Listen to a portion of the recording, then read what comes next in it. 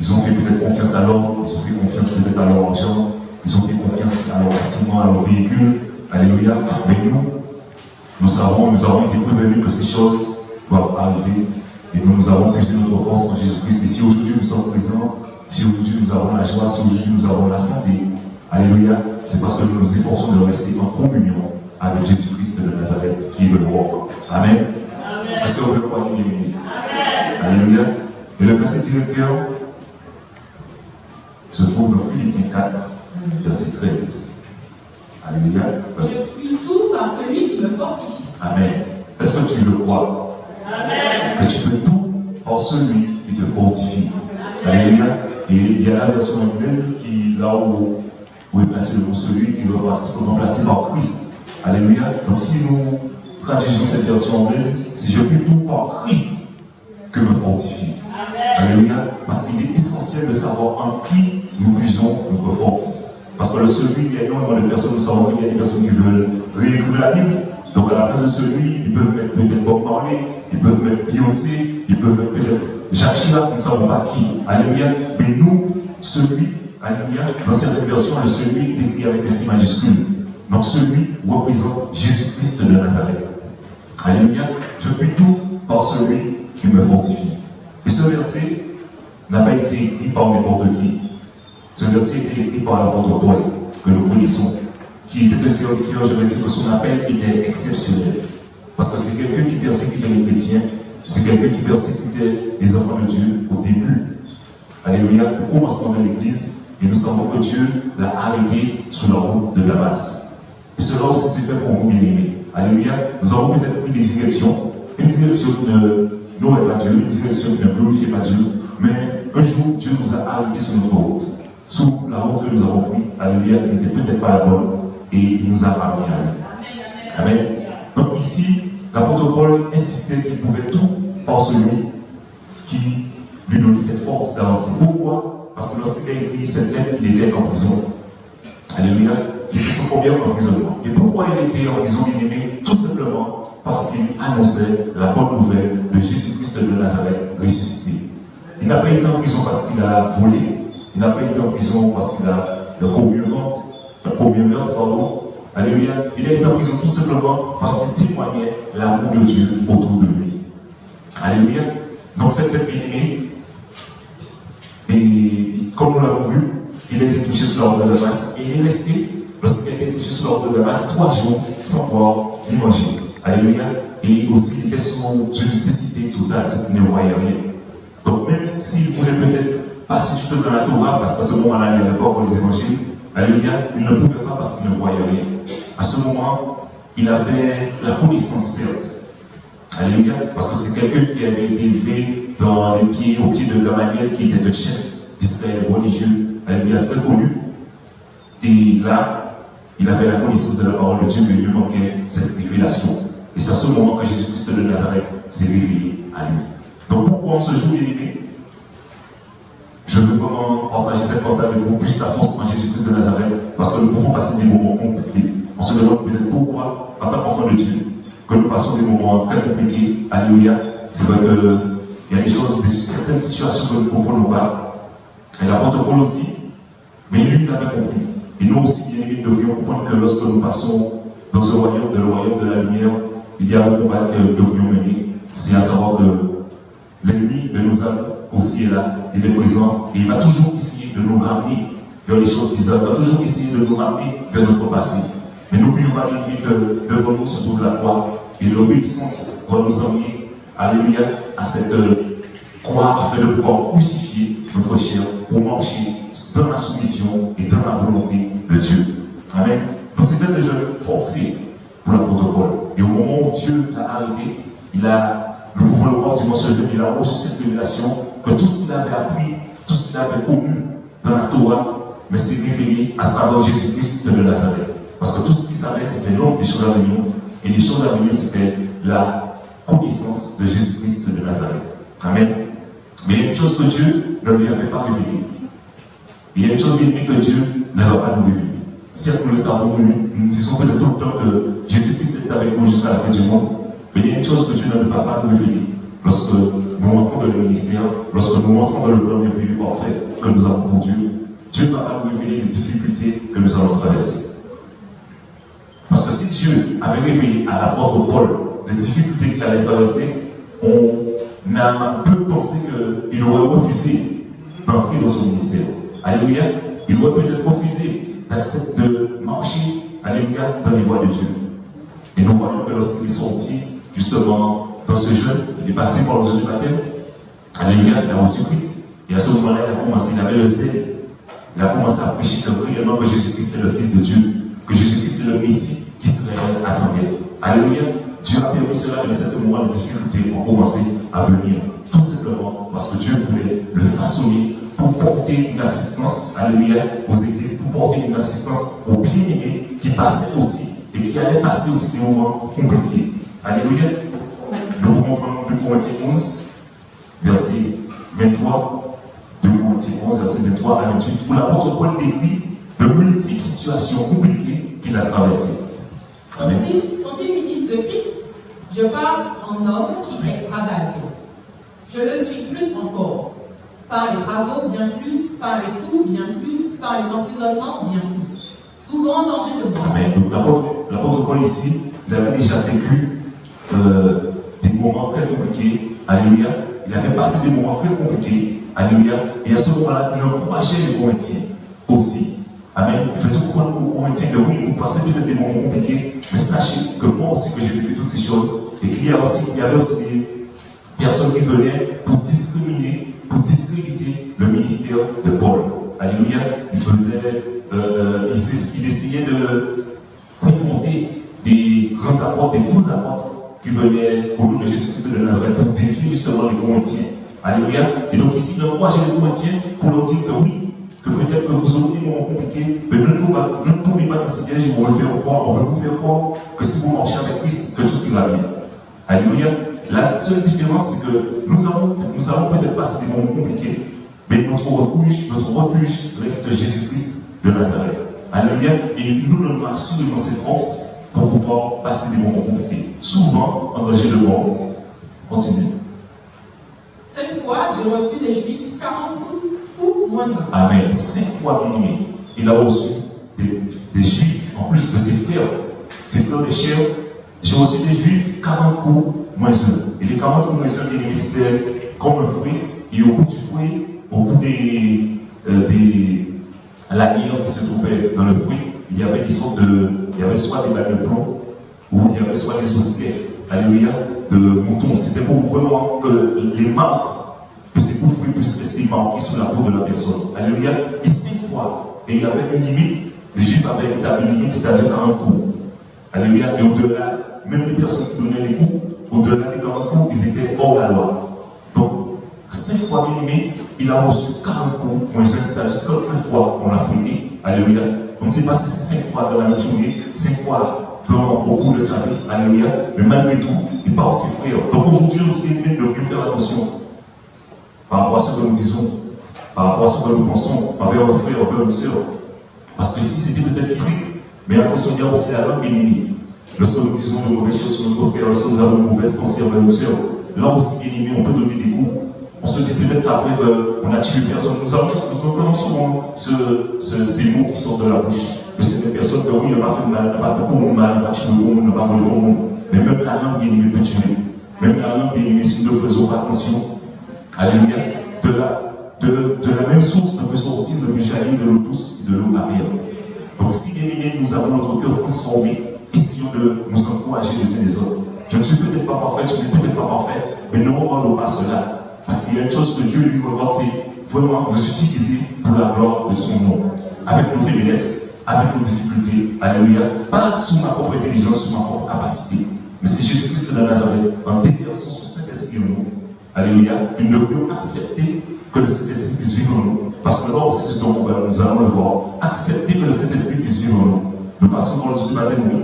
Dieu nous a fait ce nom merveilleux qui est le Saint-Esprit. Mais acceptons la transformation que le Saint-Esprit veut faire en nous. Alléluia. Dieu peut nous interpeller à travers nos frères. Dieu peut nous interpeller à travers nos sœurs. Alléluia. Et surtout, bien aimé, Dieu ne va pas regarder à l'âge. Dieu ne va pas regarder à ton âge. Dieu ne va pas regarder à mon âge. Dieu ne va pas regarder au nombre d'années de conversion que j'ai, au nombre d'années de conversion que tu as. Dieu va regarder à la maturité spirituelle, à la communion que tout à chacun de nous avons avec Dieu.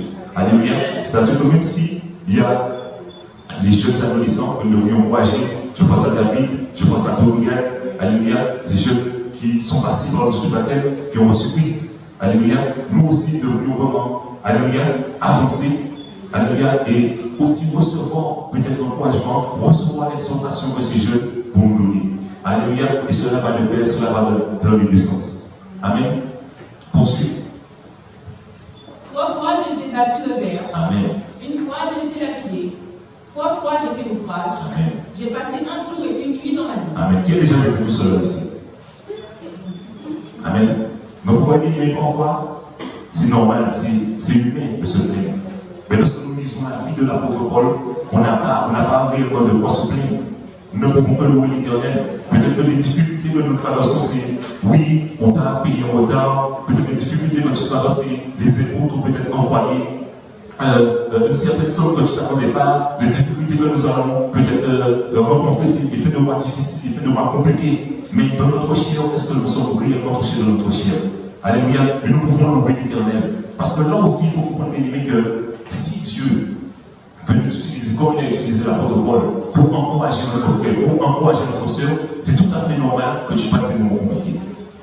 Parce que comment tu vas vouloir encourager notre frère et une soeur qui passe des moments compliqués si toi-même tu n'as pas connu cette situation? Si toi-même tu n'as pas connu ces moments compliqués, si tu passes tu vas passer dans l'opposé. Alléluia, tu vas passer dans l'opposé de l'Éternel des armées.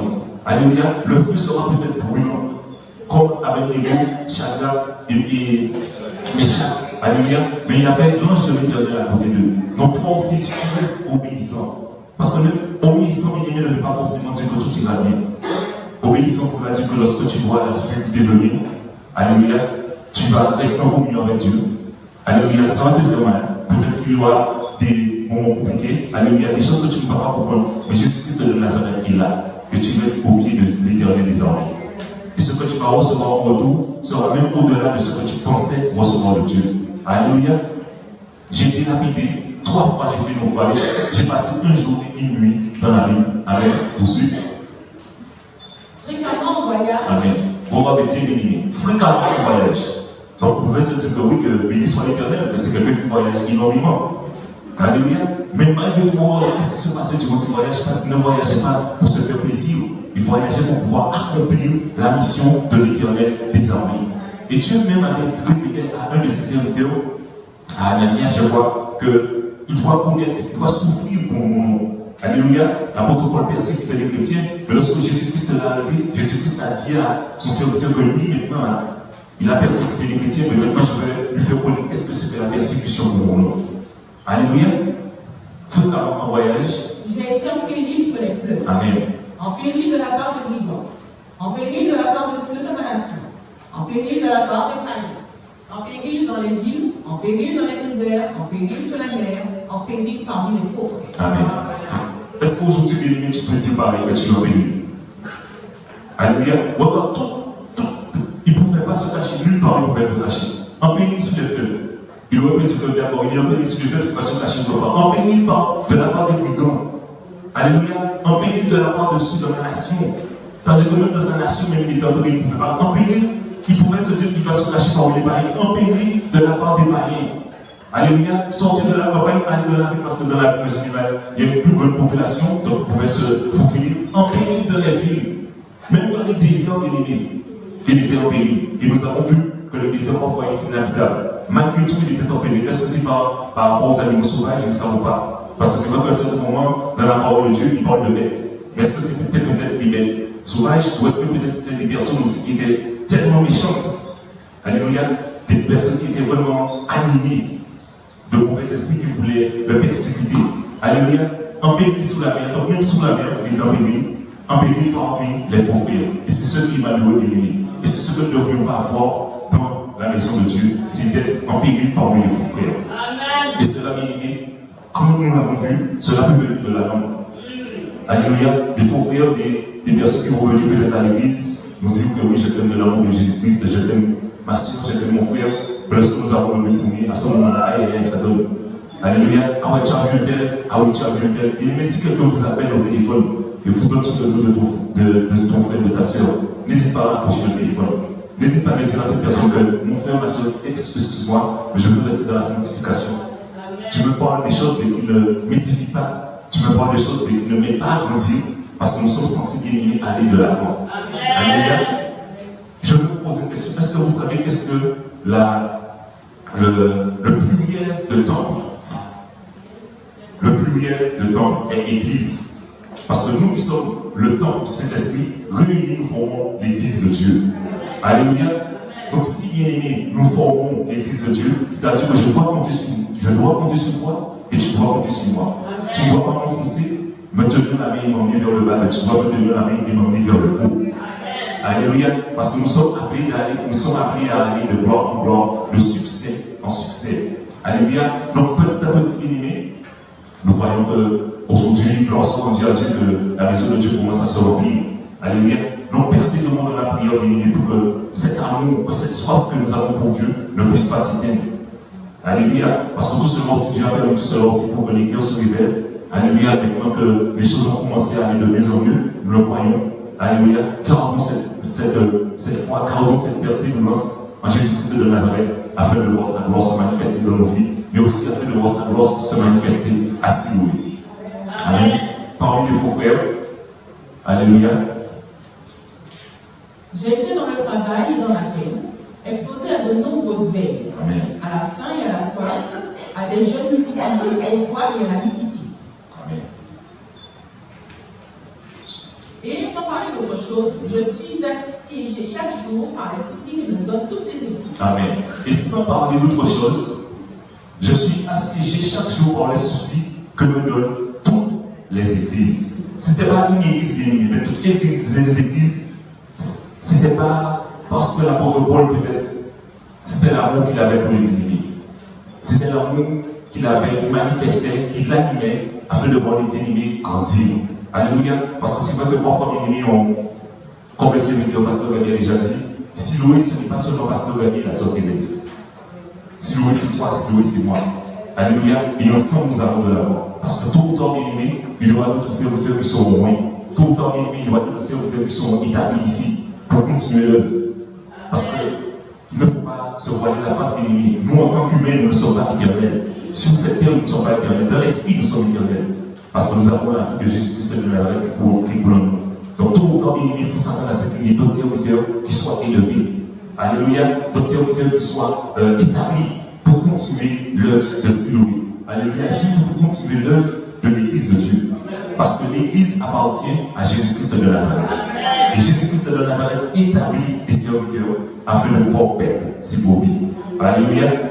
Si aussi un serviteur vient t'encourager, vient t'exhorter, vient te donner une parole de la parole, surtout de la parole du Seigneur, que ce soit une parole vérifiée et vérifiable.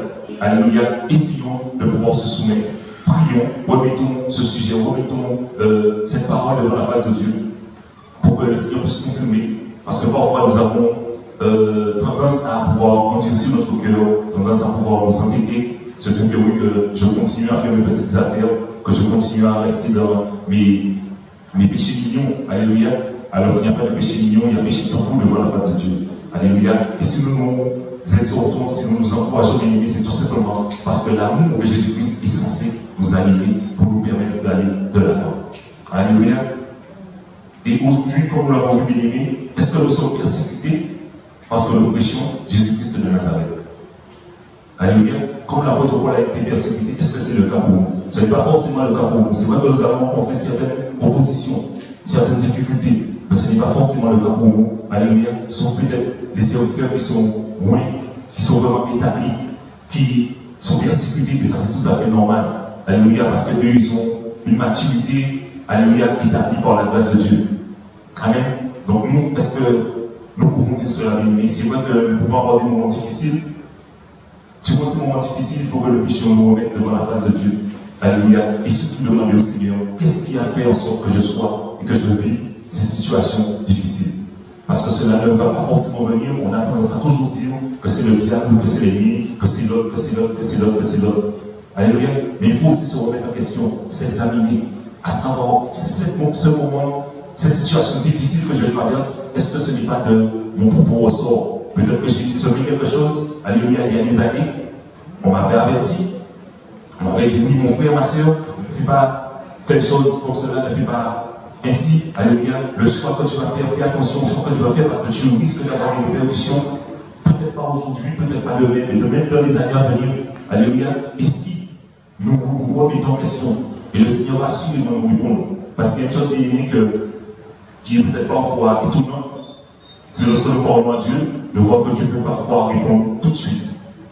Alléluia, parfois ça peut nous surprendre. Dieu peut prendre du temps à répondre, mais lorsque le Seigneur Jésus-Christ voit notre cœur, voit que nous sommes repentis réellement, sincèrement, il peut être capable de nous répondre tout de suite. Alléluia. Et il y a aussi d'autres exemples que nous avons de la vie de Paul. Amen. Nous avons comme Acte 19, verset 8 à 9. Pourquoi bien-aimé continuer à puiser sa force en Jésus-Christ? Ensuite, Paul entra dans la synagogue où il parla librement. Pendant 3 mois, il discourut sur les choses qui concernent le royaume de Dieu, s'efforçant de persuader ceux qui l'écoutaient. Mais, quand quelques-uns s'étaient endurcis et restaient endurcis et incrédules, décriant devant la multitude la voix du Seigneur, il se retira d'eux, sépara les disciples et enseigna chaque jour dans l'école nommée Tyrannus. Amen. Au lieu de cette précédence, s'il te plaît. Donc ici, Paul s'efforçait de persuader les personnes qui l'écoutaient, à savoir que Jésus-Christ est réellement le Fils de Dieu. Amen. Il parlait des choses du royaume de Dieu. Et nous voyons qu'ici, pendant 3 mois, il discourut sur les choses. La parole ne dit pas la fréquence, parce que c'était une fois par semaine, 2 fois par semaine. Mais pendant 3 mois, il a essayé de persuader les personnes qui l'écoutaient. Alléluia. Donc, il y a une chose bien aimée que nous devrions savoir, c'est si c'est vrai, si nous sommes des évangélistes en puissance, alléluia, ne n'obligeons pas la personne qui est en face de nous à recevoir Christ. Alléluia. Ne persécutons pas la personne que si tu ne reçois pas Christ, tu ne seras pas sauvé. Si tu ne reçois pas Christ, tu vas en enfer. Alléluia. Ce n'est pas notre rôle. Notre rôle à nous n'est pas de convaincre. Notre rôle à nous est de parler de l'amour de Jésus-Christ de Nazareth. Et c'est le Saint-Esprit qui va convaincre. C'est écrit dans Jean 16, verset 7 à 11. Alléluia. Jean 16, verset 7 à 11. Amen. Cependant, je vous dis la vérité. Amen. Il vous est avantageux que je m'en aille, car si je ne m'en vais pas, le consolateur ne viendra pas vers vous. Mais si je m'en vais, je vous l'enverrai. Amen. Et quand il sera venu, il convaincra le monde en ce qui concerne le péché, la justice et le jugement. Amen. Et quand il sera venu, il convaincra. Donc pendant 3 mois, alléluia, l'apôtre Paul, il avait, comme nous l'avons vu, la Torah. Donc il a tourné la Torah dans tous les sens pour pouvoir démontrer aux personnes qui l'écoutaient, alléluia, que Jésus-Christ était le Fils de Dieu. Jésus-Christ était celui que nous attendons. Alléluia. Et malgré tout, alléluia, ça n'a pas empêché qu'il y ait des oppositions qui se lèvent. Comme nous l'avons vu, il y a des personnes qui sont restées avec le cœur endurci. Parce que notre rôle à nous, ce n'est pas de convaincre. Notre rôle à nous, c'est d'être cet instrument entre les mains de Dieu. Et Dieu va parler à travers nous. Alléluia. Parce que nous sommes remplis du Saint-Esprit. Et parce que c'est Jésus-Christ de Nazareth qui vit en nous. Lorsque la personne sera en face de nous, le Saint-Esprit va nous révéler comment parler à cette personne. Avec quel point de départ pour justement emmener cette personne avec la grâce de Dieu à reconnaître que Jésus-Christ, alléluia, est le Fils de Dieu et à reconnaître que Jésus-Christ est le Sauveur Tout-Puissant. Donc c'est le Saint-Esprit qui convaincra, c'est le Saint-Esprit qui nous a convaincus, alléluia, qui convaincra le monde en ce qui concerne le péché, la justice et le jugement. Et pourquoi l'apôtre Paul voulait persuader absolument, comme nous l'avons vu, c'est parce qu'il était tout simplement animé de l'amour de Dieu.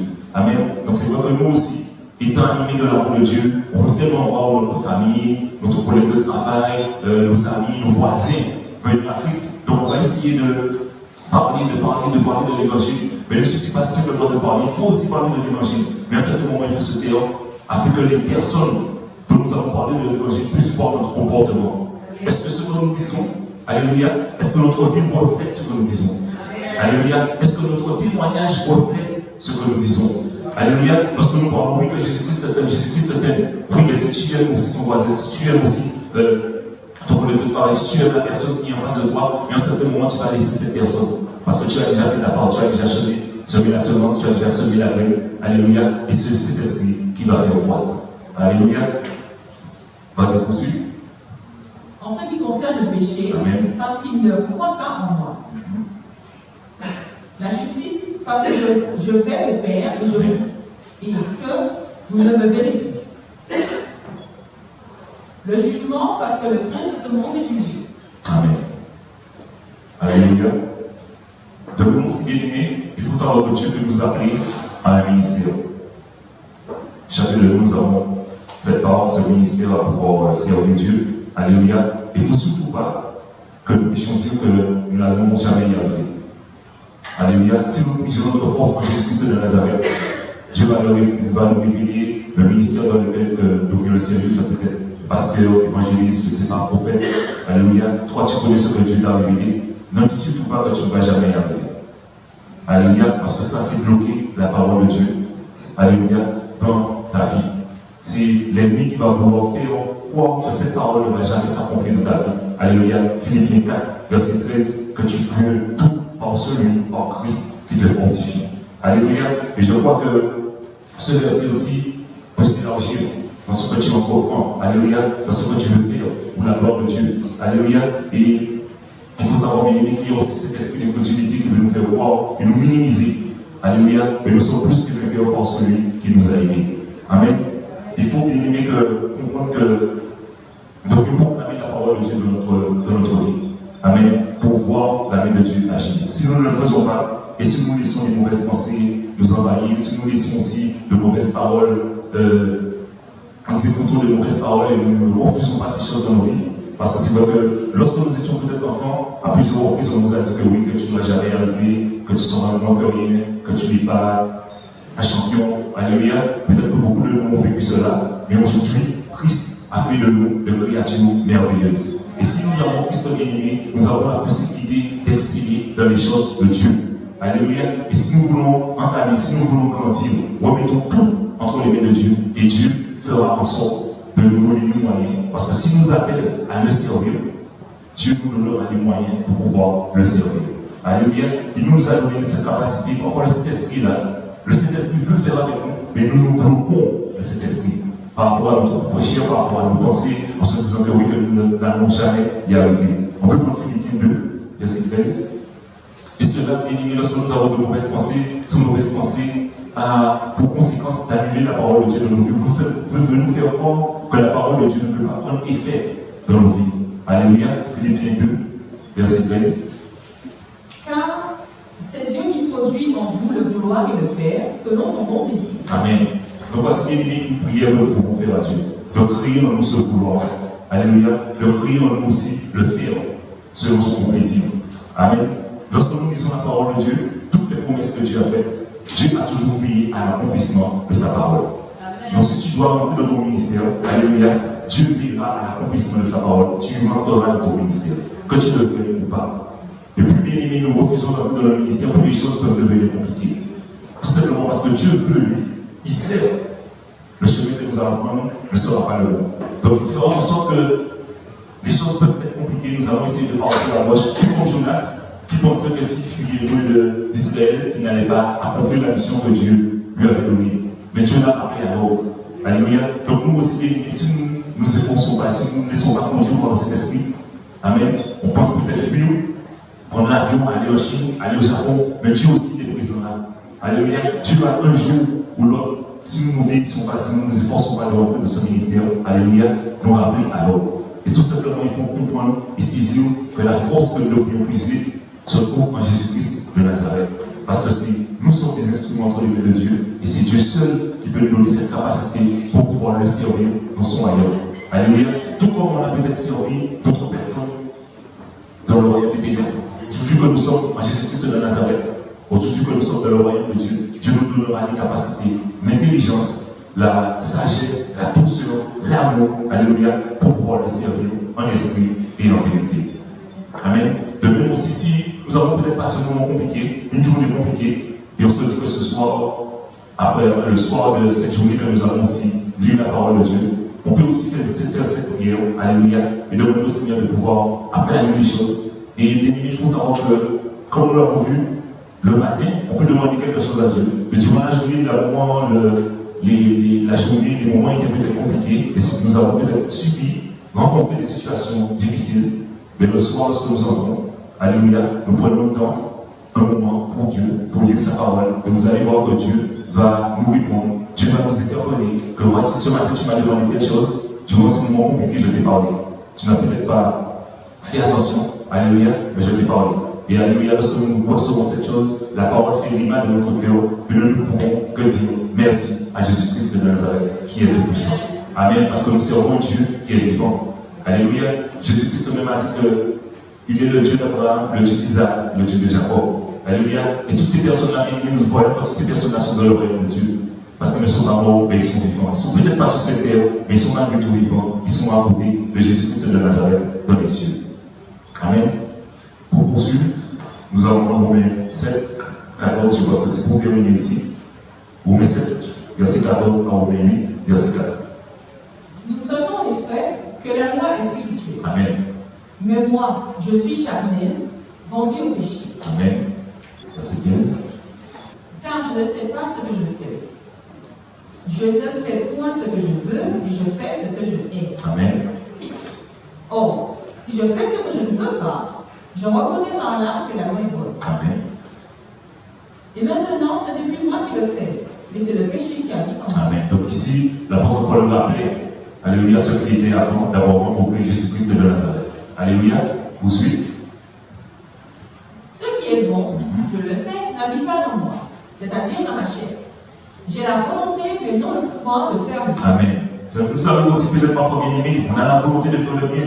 On a la volonté d'encourager un frère. On a la volonté peut-être d'envoyer un petit message à un frère, d'envoyer un petit message à une soeur. Mais il y a toujours quelque chose qui vient nous perturber, toujours quelque chose qui vient nous distraire.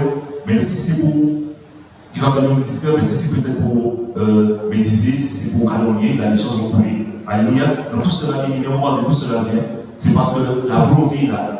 Mais le pouvoir, alléluia, n'est peut-être pas là. Amen. Continuons.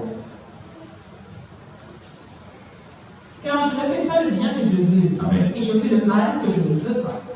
Alléluia. Et si je fais ce que je ne veux pas, ce n'est plus moi qui le fais, c'est le péché qui habite en moi. Amen.